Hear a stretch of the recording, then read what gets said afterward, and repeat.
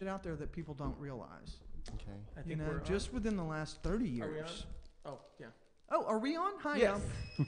Hi, y'all. Welcome to Dallas Voice. It's Friday, March the 23rd. This is, for me, Reader's Voice Awards week. If you pick up the latest, oh my gosh, hurts my back. Latest version, Dallas Voice. You can see it up here on one side. It's Reader's Voice Awards. We do this every year in March, and before I go any further, we're going to introduce ourselves. I always forget that. Hi, everybody. Israel Luna here. Hi, I'm Devin. How are you? Devin? I'm Warren. I'm Warren. He's Warren and I'm Tammy. He's Warren. I'm Tammy. But anyway, back to this. It's Dallas Voice Awards, and what we do is we ask, beginning in January, we ask the community to go online and vote in these different categories.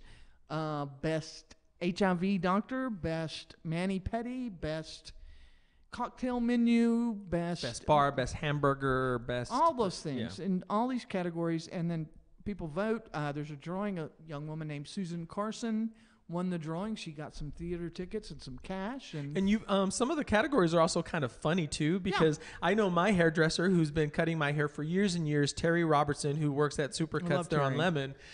She won one year because she proudly had it on her mirror. It was biggest gossip.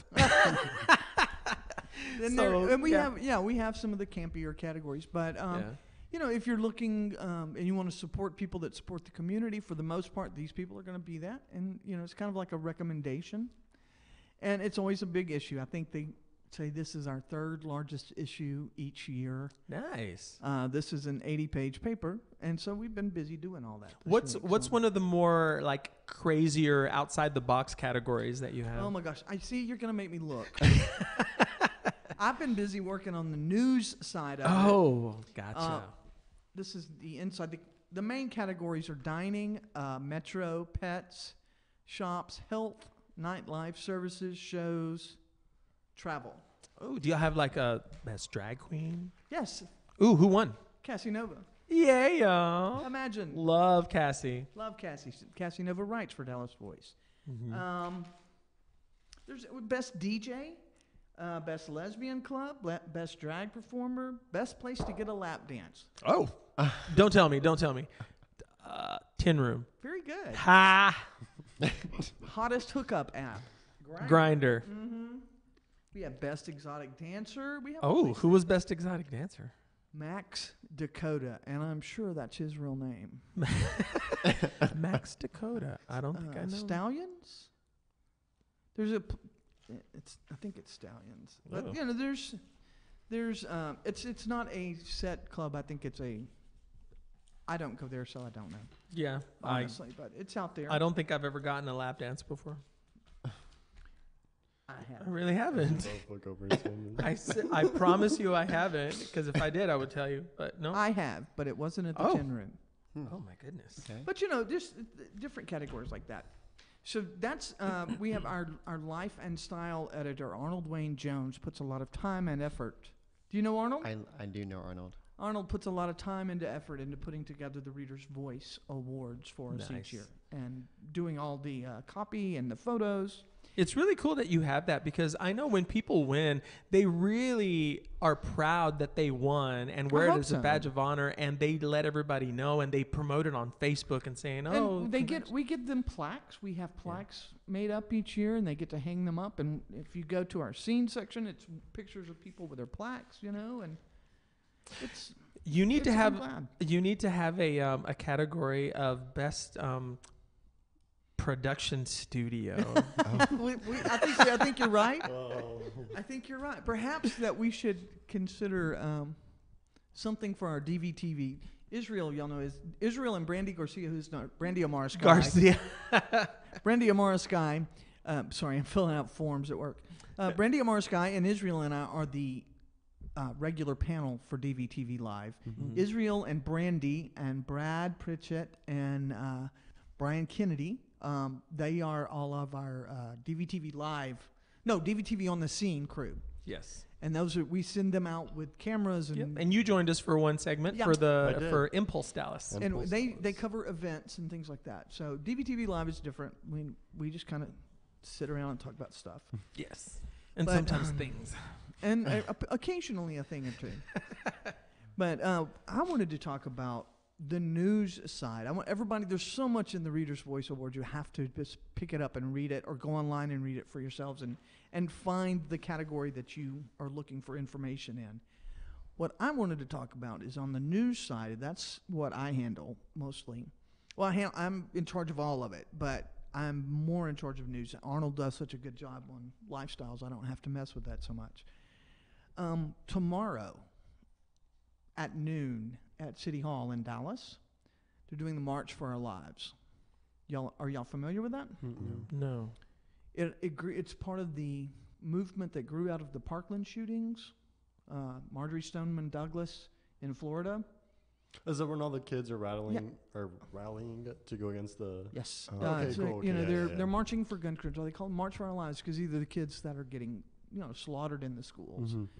But I had the movement is led by students, and we were talking earlier about children not being mature enough. But at the same time, you have these kids like this that, they're mature enough to lead this movement. And so I believe very strongly in them and what they're doing. But there's a march tomorrow, noon at City Hall. It's going to be a very short march, maybe quarter mile, and then there'll be a rally. And you talk to this young woman named... Sophie Conde, Conde. She's a junior at Frisco High School, Centennial High School in Frisco, and she's one of the people organizing this event. And she's 17, and they're all about that age, college age. But she's a lesbian, and she was telling me about coming out, and being bullied because she dated too many guys in junior high school. And so that's when she came out, they didn't believe her because, oh, no, you dated all the boys. How are you gay, But, it's some real severe bullying stuff that was going on when she was in middle school. And then she's, they're, like I said, they are organizing these marches. Children, kids, young people, teenagers and college-age kids are organizing these marches all across the country tomorrow. So there's one in Fort Worth. Starts at 10. So would you happen to know how Dallas got wind of it and who stepped up? Was it her that stepped up and said, we need to do this in Dallas, or how did that happen? Well, it started, the students from the school in Florida, Marjorie Stoneman Douglas, have become famous. They're going to be on the cover of Time magazine, some of them, because they immediately, on Valentine's Day, 17 people in their schools were gunned down. I saw the Time magazine cover on Facebook this morning. And these kids immediately started stepping up and saying, you've got to do something. We are dying. We expect you to do something. They're the ones calling out the NRA, and just insisting in marches. They staged the walkout last week. Kids here didn't do it because we were all on spring break. And one thing that I also love is they're not allowing the general public and the media to forget. Like a month later, you normally do after shooting. It's like, oh, it's old news. Now we're talking about the Kardashians, and we're talking about this new TV show that came out. They're not letting it go away. They keep coming up, and I'm loving that they're sustaining. They did the walkout all over the country last week. Around here, schools were on break, and so there was no walkouts. But they've done things. They've had die-ins out in front of the White House. They march, they protest, they do memorials, they're doing these marches. Y'all, the NRA is going to be holding its annual convention in Dallas in May. These folks are going to be, probably organizing some stuff around that. What's that? The woman's name that's representing? I don't know the NRA her name. with Bitch. Her name is Bitch. Exactly. She's evil bitch. Have y'all Bitch seen the videos with her and the interviews? It's just it gives nothing. She's very hateful. Yeah, like negative energy, and it's everyone's fault and everyone's terrible, and we're the victim. How dare you be mad at the NRA? Oh man, and it's actually someone who you would definitely expect to represent the NRA. Not friendly, not nice, a total bitch, and it's. I don't know her name. I can't remember, but I don't like her. Yeah, but that's all that matters. We don't know her name. We don't have to. We don't have to, exactly. Evil NRA bitch. NRA is her name. Hyphenated. Exactly. But there's that. There's other stuff in the news. We're going to talk real quick about more news so that when we come back after break, we can talk about other stuff. Yeah. And things. The Gay and Lesbian Victory Fund has endorsed Lupe Valdez for governor. Okay. Wow. That's a good thing because the Victory Fund has a lot of resources. Mm-hmm. And you both know about Lupe Valdez. She's our city sheriff who is Latina and lesbian. Dallas County former now because she resigned to run for governor. Right, yeah. So it's now been our a big sheriff deal. is a black woman. Really? Oh my gosh, I love her already. Because I'm secretly a black woman I know inside. you are. Yeah. Tell me your sister. She's temporary sheriff and is running for the office now. Nice. And I apologize, I cannot. Brown, I believe it's her last. Yeah, and the reason I keep bringing up like little things like, oh, do y'all know who this? Do y'all know who this is because today our guests are of the younger generation. What are y'all's generation called? Generation Millennial? Z? Oh, we're under that? Is it Z? Are y'all I think they're beyond millennial. I think they're younger than millennials, aren't you? Oh. Yeah, you're younger than millennials. You're on the those are verge. 30. We're 90s kids. Yeah. You're yeah, 90s kids? We're 90s kids. Yeah. We're going to say we're generation on the verge. Yeah. So for me personally, I get excited to talk to people like you because I don't know a lot as far as like what things you know and what you don't know. Mm-hmm. So because I know when we first met, I was like, ooh, so now what popular music was happening when you started getting into music? And do you know who Madonna is? Do you know this person's music? He didn't know who Kylie Minogue was. And I'm like, this is so exciting. I get to. I may have just had a seizure. And just the other night, Tammy, you'll appreciate this. Maybe. I had invited you to, but you didn't get to come. But what movie was I dying to show all of you? The Color Purple. They had never seen The Color Purple. Exactly. Yeah, that was like his reaction. It was intense. Exactly. That's what I kept thinking. What? You must see this movie. So, and his reaction to it when I invited him was, I checked out the trailer. I don't think it's my thing. I said, what did I say? I said, bitch, you're black. He did say that. You have to see That is your thing. In all caps, he said in all that. caps. Bitch, you're black. He said that in caps. Yeah. All right, y'all, we got to take a break real quick because the thing beeped at us. We'll be back in a minute. Don't go anywhere. Stay with us. Keep watching.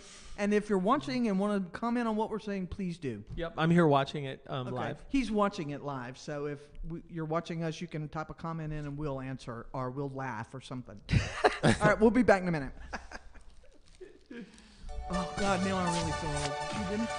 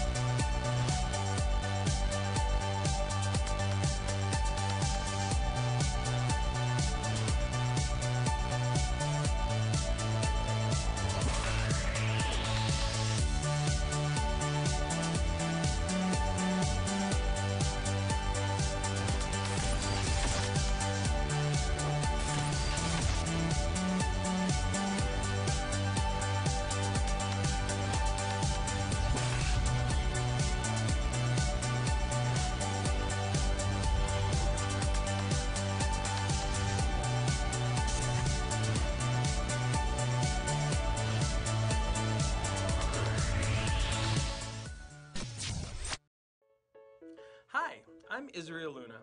I've been a working filmmaker, editor, and writer since 2001. I've produced 10 full-length films, screened at some of the biggest film festivals like Robert De Niro's Tribeca Film Festival, and made deals with LA distribution companies, resulting in my films being in circulation nationally and internationally in movie theaters, digital formats, and retail outlets like Walmart, Best Buy, Target, and many others. It's been a crazy ride. A rough ride, but a very rewarding one. It feels good to wake up every morning knowing that filmmaking is my job. In saying that, remember, it is a job, but a fun one that I love doing. People have asked me many times, how do you do it? How can I make a living making movies? Well, it's not something I can easily answer because there are so many facets to it. And this doesn't just mean filmmaking. It's about making a living off of your artistic expression, whether it be filmmaking, acting, painting, dancing, or anything else you may be good at. Take what you love doing and monetize it. Which leads me to today. I've decided to begin a weekly workshop to help guide you through all of the ins and outs of making a living from your art and creativity. I'm here to lead you into being your own boss as an artist and creative, just like me. I'll do my best to have you live, breathe, eat, sleep, and most importantly, live financially on your creations and artistic expression. I'll see you there.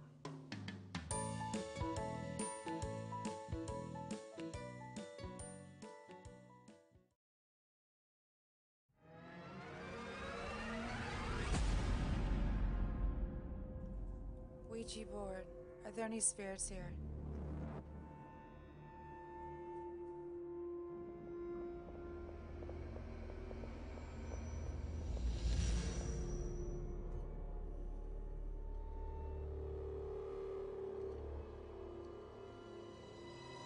I'm leaving. Hey! You can't remove your hand now, or we'll die. I'm serious.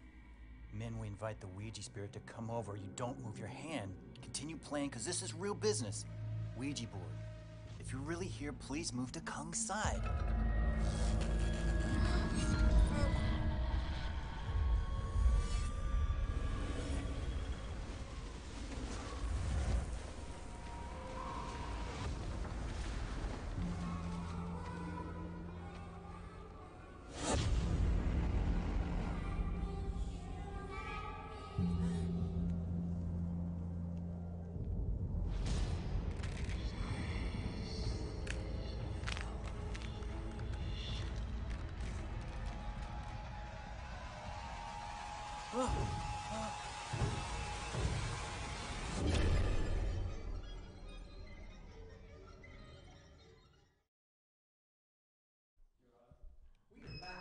Welcome back. We're going to talk. We've talked about what's in the paper. We've talked about news. One thing I do want to mention, I think it's tonight and tomorrow night, Turtle Creek Corral has a concert. It's called Anthems.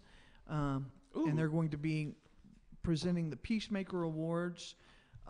Check that out. So Anthems, so what theme is that? What does that mean I think for the it's, show? I'm going to make read the damn story. I didn't write it. Never mind it. It's a song cycle. Okay. One of the most significant things this organization has ever presented. That's what the director says, or the executive director. And that's Sean Ball, right? No, the executive director is Bruce Jaster. Bruce Jaster. Okay. Sean is artistic director. Gotcha. I've known Sean for a long time. They're gonna give Peacemaker Awards.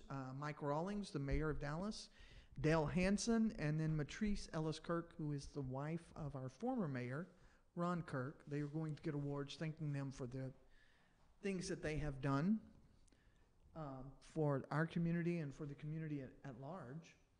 But it's just about songs that come from different movements. Mm-hmm. Oh, nice. So I like it. the civil they're rights anthems, anthems of these different movements, the women's rights, civil rights. So that's going on this weekend too. You know, one song that comes to mind when it comes to like an anthem or something that's super significant and timely is Bette Midler's "From a Distance." Oh yeah. That's so beautiful. Yeah. The words, the lyrics. I bet y'all don't know. Do you know who Bette Midler is? Oh God. Well, I mean, You're lying, right? No. I think I know who she is. She has brown hair. Sometimes. I don't know who she is. Sugar baby. Oh. I'm sorry. I tried. It's okay. This is something I want to talk about. Okay. I mean, this is a good thing for us to spend the rest. Not Bette Midler. I love Bette Midler, and you need to know who she is. But the idea that there are gay people, so many young gay people who really have no clue about what people my age think of as gay, and you know, and who are our icons? I'm gonna say Cher. I'm gonna hope you know Yes, Cher. we know who Cher Okay, is. see, okay, we got an icon there. Madonna. You know Yes. Banana? Okay, I'm sure you know Gaga because she's y'all. Well, Gaga. yeah, she's- Kylie Minogue. Y'all didn't know Kylie No. Minogue, did you? I know who that is. Girl. Bette Midler. Bette Midler. You need to know Bette Midler. Yeah, Oh and my it's funny that God. you're bringing this up, Tanny, because for me, I even brought this up to the Resource Center of Dallas when I first got this studio. I said I would love a once a month movie night to educate the younger generations of our gay culture and the gay icons and gay films that made a difference, that helped pave the way for the current films. And they loved the idea, and then it just never came to fruition. So what I'm kind of doing is kind of doing it on my own. The first one being The Color Purple. And I know when I meet someone new, and like when I met Warren, I was like, what about this? What about this? Do you know this? Do you know this? And I was having a great time introducing him just to things, just for him to know certain things, like almost like a gay orientation of things, you know? Gay 101, y'all. Gay 101, yeah. He actually introduced me to Tu Wong Fu, Thanks for Everything. And right after I watched know that that one? movie, No. Oh Lord, I'm even upset with you. honey, at this Wesley one. Snipes in a dress. Yeah. And Patrick Oh, Swayze, Swayze. and yeah. But what It's were you gonna say? wonderful. Right after I watched that movie, I went home. I like told my mother about it, and I told all my friends that are like a little bit older. And they're like freaking out. They're like, "I can't believe you saw that movie. That movie was so good." And I was kind of like what they grew up watching. And I was like, Yeah, because it was funny and it was a sign. Because when I first asked you if you'd seen the movie, you said no, and like the next day it came out on Netflix, Oh yeah. and I said Is we're it- watching it. Is it on there now? Yeah. Yeah. Oh, It's on girl, I may have Netflix. to go home and watch that tonight after the gym. Yeah, and you know, Tu Wong Love that. Fu, Thanks for Everything, Julie Newmar, is the American version of the Priscilla, Queen of the Desert. That's pretty much kind of the same concept, but in Road Australia. trip. Road Drag trip queen- in Australia. Drag Queen road trip. Have you seen Priscilla? Queen of the Desert. We should watch that. It's a good one. You should. It was. Very It's good. good. It's set it. Oh, there's some fabulous scenes. But you got these three drag. Well, it's a trans woman and two drag queens, and they're in this old bus that doesn't run, and they're going through the desert in Australia to get to this nightclub, Casino. something. Is it a casino? It's a that's casino. out in the desert To perform. And one of the drag queens' wife and mother of his child, but she was a lesbian and he was gay man, and they had this. Anyway, Don't give them all the twists. There's they're, like they're certain- going to this place and they're going through the desert, and it's about all these people they meet on the road. and then when it breaks down in the middle of nowhere with nothing but these crazy outfits, and they're like, "What do we Right. do? We have no And regular they do a clothes." show in this dive redneck Australian. It's fabulous. I Yeah, love that movie. very good movie. And then Tu Wong Fu is kind of like he said, American version. It's a drag queens in a convertible going across the country for a drag pageant. And get broken down in a small break down. town of like 50 people. And Okay. how they have to Adjust. Did you just do a you on me? She just did a you on me. Oh, that's right. That's right. Yeah, the old lady where she's trying to run away from it. Did you just do a Yui? Yeah, Yeah. I love that movie. But Yes, see, we have got to do better, Israel. I know. I'm trying. I'm doing my part. I'm doing as much as I can to say, Because- "Oh, have you seen this? Have you seen this?" Without And it's about pissing more them than off. just it's about more than just and running them off. yeah. About more than just movies and cultural stuff. It's about our movement, and what these movies, the role these movies played. I mean, you guys, you had a hard time. You told me a little bit about what you did, but you have a hard time. But these days, you have gay straight alliances in the high schools. You have these kids who are out there. They're very vocal about being openly gay. And in my era, that you couldn't even talk about that. I mean, it was, Well, I know.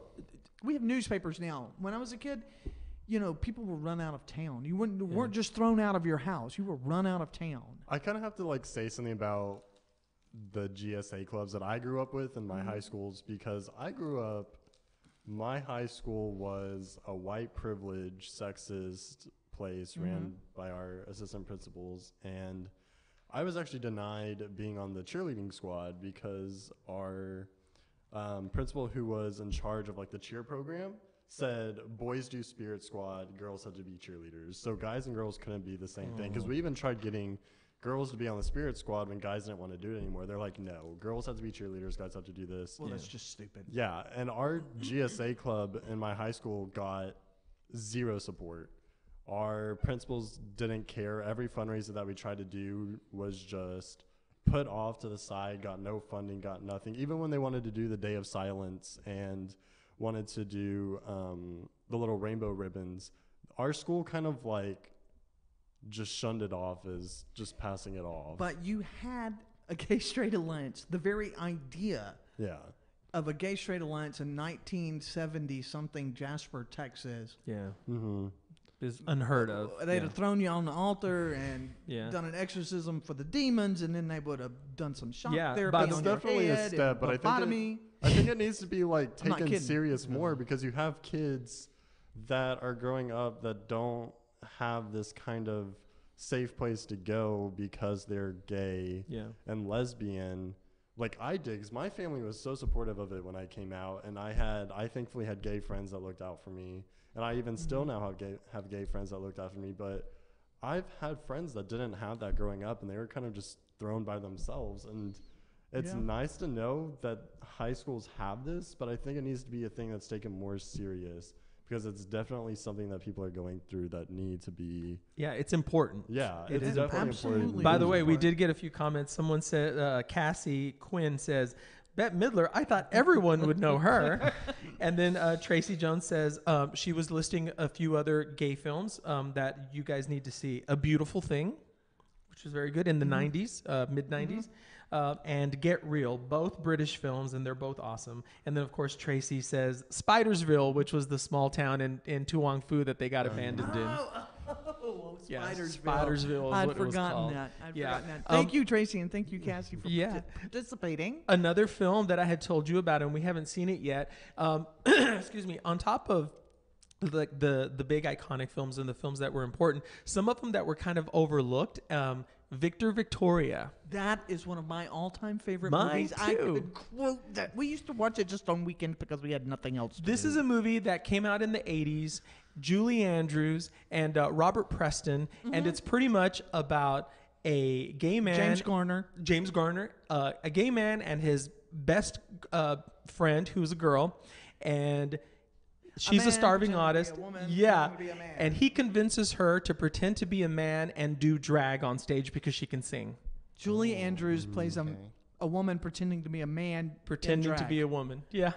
And it is magnificent. Oh my God, the bathroom! Have you seen the bathroom? Yeah. It's Oh, my favorite experience. He's teaching her how to be a drag queen, and so he's like, "Lower your voice," and she's like, "Me." He's like, "Lower." Me. Too low, a little higher. Me. And then he's like, "Okay, now you're gonna be on stage," and she's singing and doing this. He's like, "No, big shoulder moves. You're a drag queen." Lots of shoulders. And of course, I didn't even know half of what I was watching because I was just a kid, but I knew I loved it and I connected to it. Absolutely. And here's what I've got one that you may not even have heard of because it's from the 70s, and I watched it in the 80s. It's called The Ritz, and it's got Rita Moreno. Yes. And it's at Abrams, a bathhouse. Yes. Yeah, it takes place at a bathhouse. I love that movie. Yeah, I I've seen love it. that movie. You have got to I was very before fortunate. AIDS.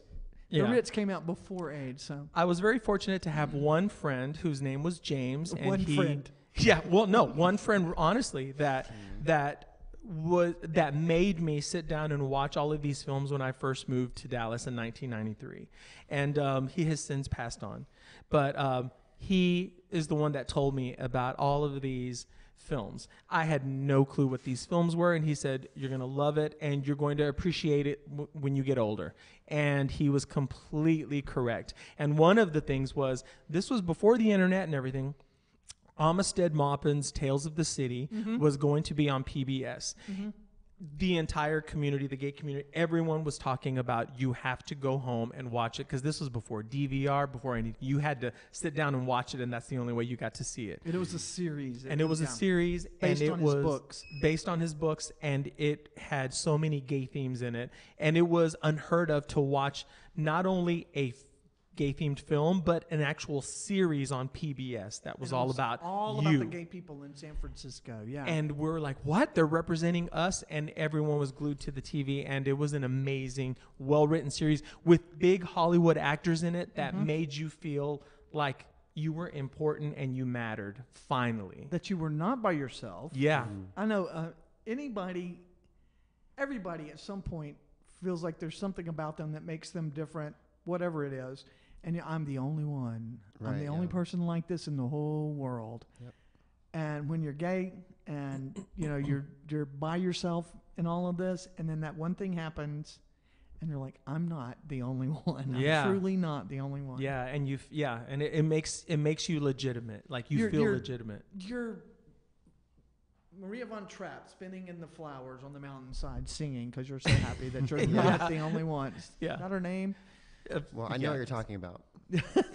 Julie Andrews. I'm Julie Andrews. Who was in Victor Victoria? Yes, indeed. Okay, we need to take a break. We'll be back in a minute. Wow. Hi, I'm Israel Luna. I've been a working filmmaker, editor, and writer since 2001. I've produced 10 full-length films, screened at some of the biggest film festivals like Robert De Niro's Tribeca Film Festival, and made deals with LA distribution companies, resulting in my films being in circulation nationally and internationally in movie theaters, digital formats, and retail outlets like Walmart, Best Buy, Target, and many others. It's been a crazy ride. A rough ride, but a very rewarding one. It feels good to wake up every morning knowing that filmmaking is my job. In saying that, remember, it is a job, but a fun one that I love doing. People have asked me many times, how do you do it? How can I make a living making movies? Well, it's not something I can easily answer because there are so many facets to it. And this doesn't just mean filmmaking. It's about making a living off of your artistic expression, whether it be filmmaking, acting, painting, dancing, or anything else you may be good at. Take what you love doing and monetize it. Which leads me to today. I've decided to begin a weekly workshop to help guide you through all of the ins and outs of making a living from your art and creativity. I'm here to lead you into being your own boss as an artist and creative, just like me. I'll do my best to have you live, breathe, eat, sleep, and most importantly, live financially on your creations and artistic expression. I'll see you there.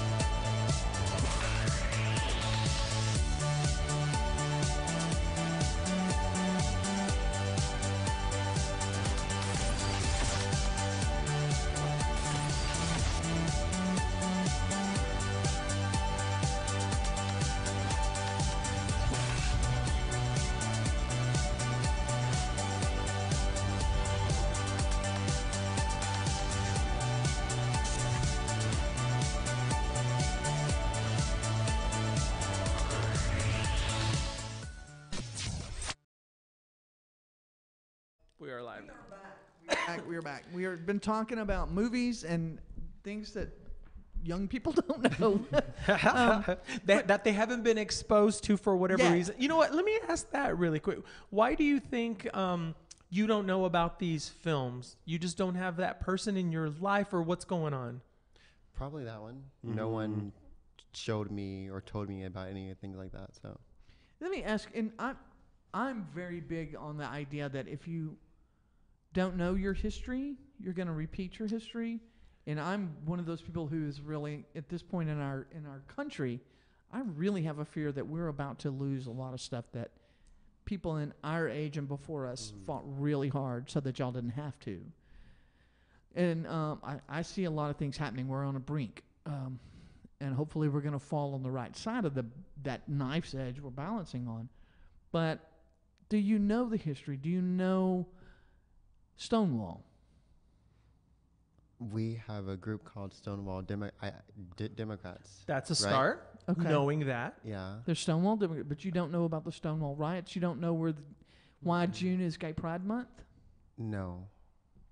Okay, so I'll say I don't know why it's June either. Because that's when the Stonewall riots happened. Oh, is that when? Okay. I know about Stonewall. I just didn't know that specifically. June That's 29th. why it was in June. Okay. Got it. 1969. Okay. And for those of you who know this history, listen anyway. 1969 in New York, there was a bar called the Stonewall Inn.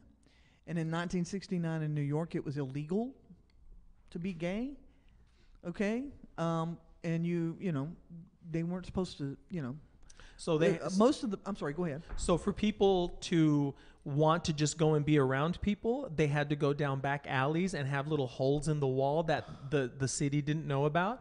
And so you would go in there and have drinks and meet other gay people, but it was completely hidden. There were no storefronts of it. You had to know through word of mouth. And when the police wanted to, they knew they existed, but when they wanted to, they would just go in there and raid everybody, arrest everyone, humiliate them on camera, take them to jail, ruin their lives with their families, blah blah blah. A lot of the bars that catered to the gay community back then were owned by the mafia, and they paid off the cops and stuff like that. There was a lot of dealings going on, but the Stonewall was a bar where a lot of the very effeminate gay men went. You know, it was just a bar, a neighborhood bar. It was in the village, Greenwich Village. Drag queens, a lot of drag queens, a lot of trans women that went there, a lot of the real butch lesbians, you know, that had the hair slicked back and the chains on their wallets and stuff. And that's where they would go and hang out. And they were not higher echelon society. They were not people with a lot of money. And they would get raided a lot. They'd go in and, like he said, they'd arrest them and they would... So this and one not night, just that, it'd get violent. The cops would like beat them up, slam them on the ground, break their arms. It was nasty, and they could get away with it because it was just the queers. Yeah, and nobody who's going to care? I mean, media's not going to care. Governors aren't going to care. Politics, they're going to say, "Oh, those gay people that dress up like as women and stuff." Yeah, the who queers. Cares? So it's almost like it was lawless. And there was no homos. law there. And so one night, and everybody said it was like July 29th or 28th. It was. Judy Garland had died. Judy Garland was Lady Gaga. Dorothy from okay. Yeah. Okay, but Judy From Garland Wizard of was Oz. the icon. That was the one. I mean, you know how everybody loves Lady Gaga, right? Everybody loved Judy Garland. Yeah. And she had died. And all these people were very upset, and that's, you know, everybody was mad because Judy Garland. But there was more to it. It had been building up, and people were tired of the cops taking payoffs and stuff like this. So they came in and they were going to raid the bar. It was going to just be the normal thing, and the queers got mad and they fought back. Mm-hmm. And it was riots in the streets for days. And they fought back. They set cars on fire. They set cars on fire. When the cops came in and they started doing the same thing, I guess they were pissed off, one, because they were trying to celebrate something like of an icon dying. They started getting bricks. They started throwing them back at the cops. They were throwing pennies. Back. They were throwing money at them because they took payoffs. Mm-hmm. You know, they were taking people out, put them in the paddy wagon to arrest them, and like the drag queens and the butch lesbians and the really effeminate gay boys are the ones who stood up and they fought back. Mm-hmm. And they stopped them. And the cops were barricaded in the bar for a while because they couldn't get out because everybody outside. They had everybody enough. in the neighborhood is like, oh my God, look, this is what's happening. And everybody just come down. And the village is all these windy little roads and back. And the cops would start chasing them down this way, and then they could go this way, and the cops would know where they were, and they'd come back around here, and it went on for 3 or 4 days, and you know they had enough, and it made the news because they fought back, and that's the beginning of them paying attention to us because we're like, no more. It's like the birth. They call it the birth of the modern civil gay rights movement, and that's why most people have their or most places have their gay pride parades are in June. June is National Gay Pride Month. They had the first like gay pride parade it was really more of a protest march was a year later in New York, and Dallas had our first parade in 1972, I think. That's so very progressive for that time period. Oh, yeah. Yeah. Dallas has always been a little bit ahead in terms of those things, I think. But that's where those are the people that you told me earlier when we were not on the mic or on camera that I was afraid of drag queens. The drag queens are the ones, girl, maybe you should be afraid because they're the ones, who we wouldn't be here. We wouldn't have a gay newspaper. We wouldn't be where we are without them. Tracy Jones just sent a link on this thread of a link that you can go to Thank about you, Tracy. history.com. Excuse me. Now, I will say, don't watch the movie.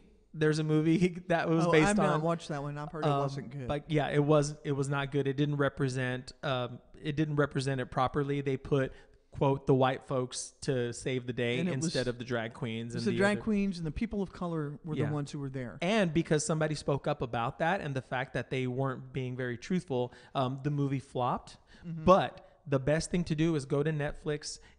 I can do it with you guys too, is go to the documentary section and do all of the documentaries about Stonewall, about gay rights, and those are really amazing and eye-opening. Yeah, but it goes back before that. I don't remember, maybe 1965, I think, or I can't remember off the top of my head if it was 65 or 66. In Philadelphia, they had a group of gay men and lesbians who were very politically active and oriented, and on July 4th they would go down to Independence Hall and they would have a march, and they would all dress very business, suits and dresses and tie, and they would go and they would just very quietly, very, very calm, orderly march in front of Independence Hall and walk around with signs basically saying, we are humans, and you need to treat us like humans. And that started before Stonewall. There was an organization called the Mattachine Society that was started before then, in the 50s. There was somebody, I think it was in the 1920s, in Chicago that started one of the first, they called it back then a homophile organization. And I can't remember his name, but I've blogged about him before. But do you know anything about Harvey Milk? I do know a lot. Absolutely. That's Harvey the first Milk. movie I saw that was like that, but I was so young I don't really remember. Now, I did an actual like a protest for that film. When it came out, the owner or the CEO of Cinemark Theaters had given to anti-gay organizations. And that was one of the theaters that was going to be screening Milk. And I thought, that's kind of hypocritical that you're giving toward anti-gay stuff, but you're going to want to make money off of this movie Big about name Harvey film. Milk. So I said, no. So what I did was I organized a group. We went in front of the Cinemark Theater where... it was like in Plano or something, wasn't in it? Plano, yeah, in Frisco. Excuse me. The only other theater that was going to be playing it in most of that area was an Angelica Theater. So what we did was we went out there with protest signs, and my sign said, if you're here to watch the movie Milk, talk to me first. So I had cars coming over, and they said, yeah, what's going on? And I explained to them what was going on, and I said, I'll make you a deal. If you don't watch the movie here, I'll give you 2 free passes to watch it at the Angelica Theater 5 miles from here. And everyone I asked said yes, because my point was I don't want this theater to make 1 dime off of this movie while it's playing in Dallas. And we were successful. They didn't make $1. Wow, that's good. I remember that. I didn't realize they didn't make any money off it. But yeah, Harvey Milk, that was like the 70s, and he was in New York, and he started in New York. He actually lived here in Dallas for a hot second, not long, but he was here for a while, and then out there. And there's so many things about our history that so many people don't know, and it's... No, in saying that, I also want to kind of turn the tables for a second. I would love to know, when you have someone like us saying, oh, you need to know this, you need to know that. I'm wondering, from your generation, what would you like for us to know that we may not know about being a younger gay person? That's a good question. Wow. Okay. I mean, because we're sitting here treating, not treating you like I mean, hope. we're giving you a lot of information. It might be overwhelming. But it's like, I don't want you to feel like we're just talking down to you. No, that's Yeah. not how it feels. I It's mean, like education. I kind of feel like a lot of the younger generation gay people don't know a lot of this information at all because it didn't happen really in our time, and that's not really what shaped our kind of generation. And it's not, I mean, I wouldn't say it doesn't have an effect, but it's not something that we see like today that's going, like, if that makes sense. It did shape your generation, but you don't know that it did. Because we're not. I mean, and it's not. You're not going to be taught in any history class. Yeah, because I Right, feel yeah, like that's true. because we're the younger generation, and we don't know anyone from that generation really, unless we like put ourselves out there and like look for it. But I mean, I want to be honest. People my age and probably his age, when they're gay, they're going out there to hook up and to have fun and party. They're not going out there searching for To our learn, history. not at all. They don't care. Do you feel there's a bit of a responsibility from you because there isn't a class at school for you to like sort of like educate yourself and like look into things? Ourselves, yes. But the Yes. other people our age may not care. Let me So- ask you a question. I came out in the early 80s, started hanging out. And then the next thing you know, there was AIDS. And when I was your age, all I cared about, I mean, I don't have a college degree because I majored in the Village Station. Okay. The S4. Oh, it's what the S4 was called before. It was a gay bar. It was a huge. Yeah, gay Village Station. bar. And that's what I wanted. I wanted to party. That's what we did. We were not out. We did not care. Okay, ooh, yay, parade. We're going to go out here and be gay in public. We didn't know where it came from. But then we had to learn because then came AIDS. And we had to start figuring out where we stood and why we stood where we stood and what we needed to do. And so we fought. And I think there's probably a lot of people who wouldn't have started that fight, would not have gotten into that fight if we were not dying the way we did. I'm afraid that there are people your age who really have no concept about what the AIDS epidemic is and was. I kind of feel like for our generation to start learning about our history, there has to be like another epidemic for that to happen. Don't say that. Right. I know it's bad to say, but that's really what it is coming They're not down going to care. because they're not You going to just- care. Not right at all. now. Well, do you think It like breaks my heart. when someone like me comes up to you, like for example, when I first met you and I said, have you heard of Tuong Fu? Does that make you think, I want to see this movie, or does it make you think, can you please shut up and stop talking down to me like I don't know anything? It depends on who is saying it and when you're saying it. Because if something else is going on in pop culture, no one's going to want to watch that. So it depends on the timing, because everyone our age is not as receptive as we are to this information. Yeah. Like, I think we are the exception to that. Most people don't care.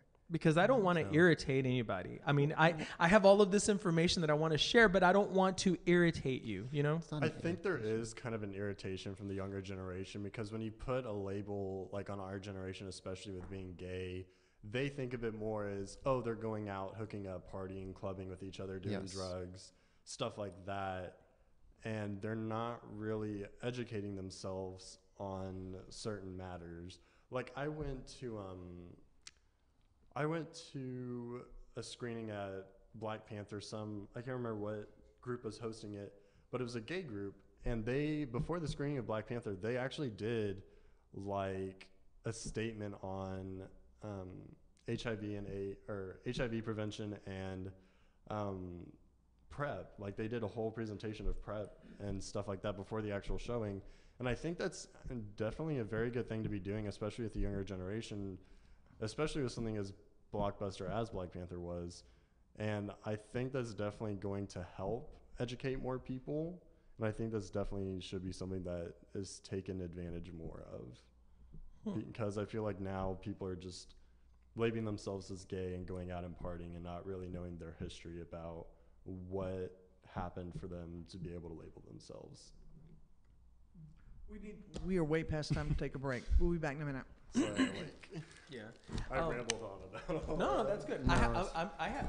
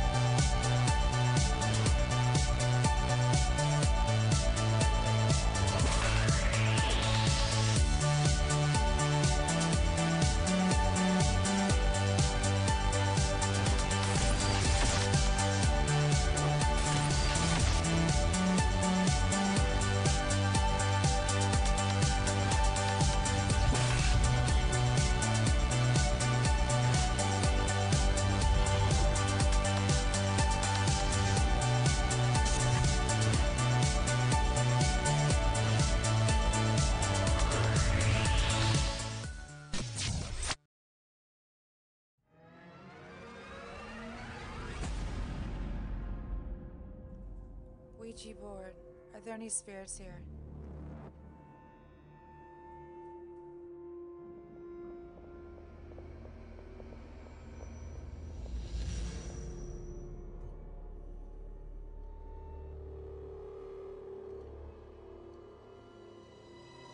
I'm leaving. Hey! You can't remove your hand now, or we'll die. I'm serious. Men, we invite the Ouija spirit to come over. You don't move your hand. Continue playing, because this is real business. Ouija board. If you're really here, please move to Kung's side.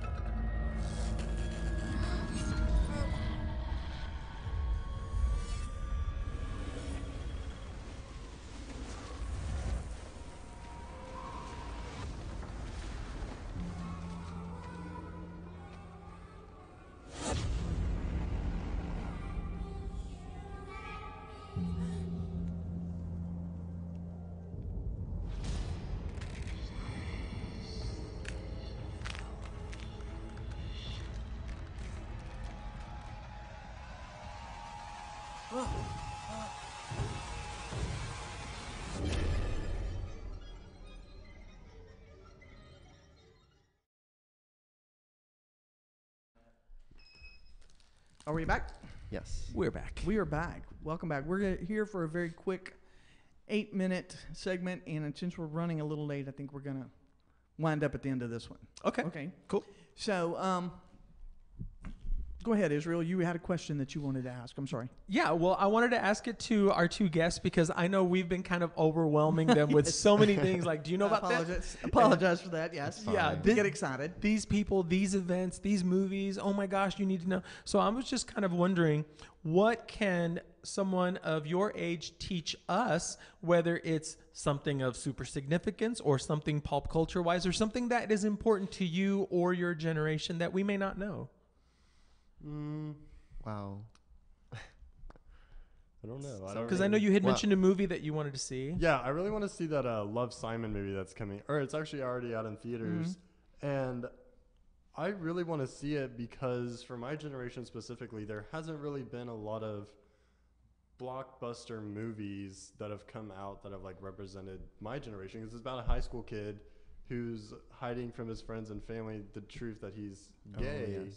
And it's just a story about coming out. And I think that's a very powerful thing to be putting into theaters and giving as much love as it is now, because that's this transition that happens is in high school, is when you start to come out to your friends and family like, this is what I am, this is who I am, this is what I like.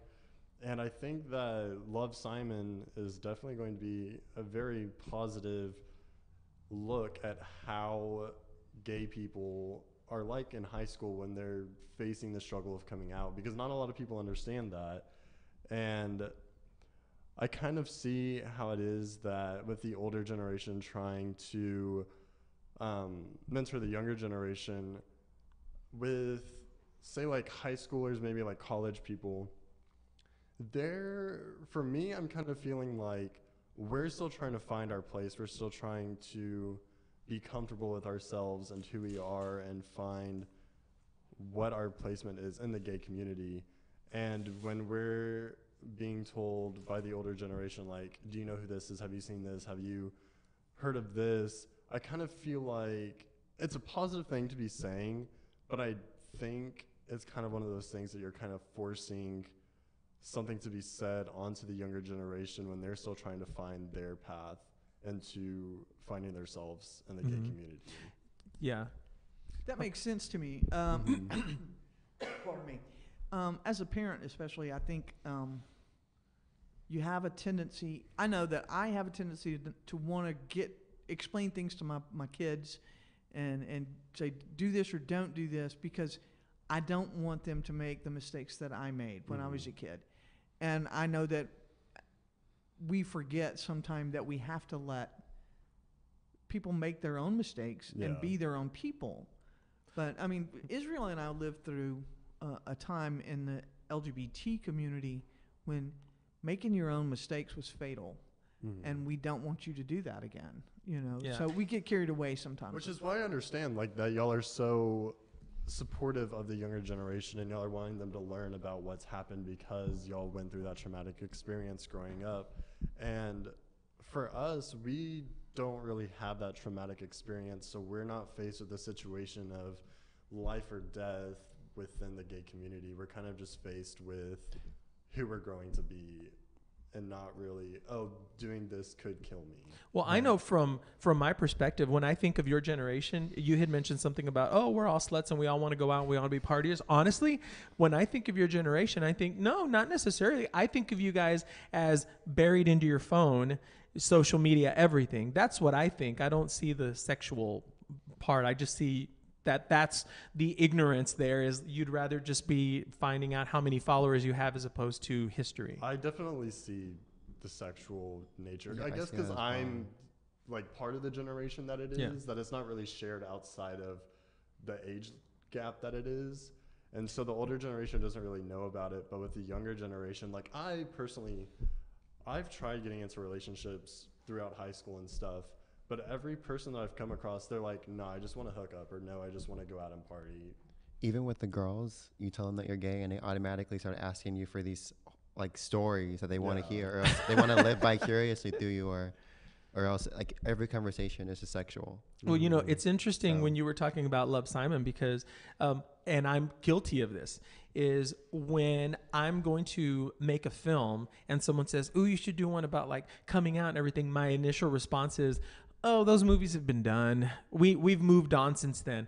Well, I've moved on since then, but there are still people that are going through that. So I'm so, you know, this is eye-opening to me, because someone had even posted something about Love, Simon, saying, for those of you people who don't know the history of Love, Simon and the significance of this film and the fact that they've made it a movie, educate yourself. And I thought, I don't know much about this movie, so I'm about to educate myself. I mean, I kind of think it's different between the different generations of coming out, because with y'all's generation and maybe even with generations before y'all, coming out was a lot more riskier than it is now. Because now, in some ways, yes, and now we're more accepted.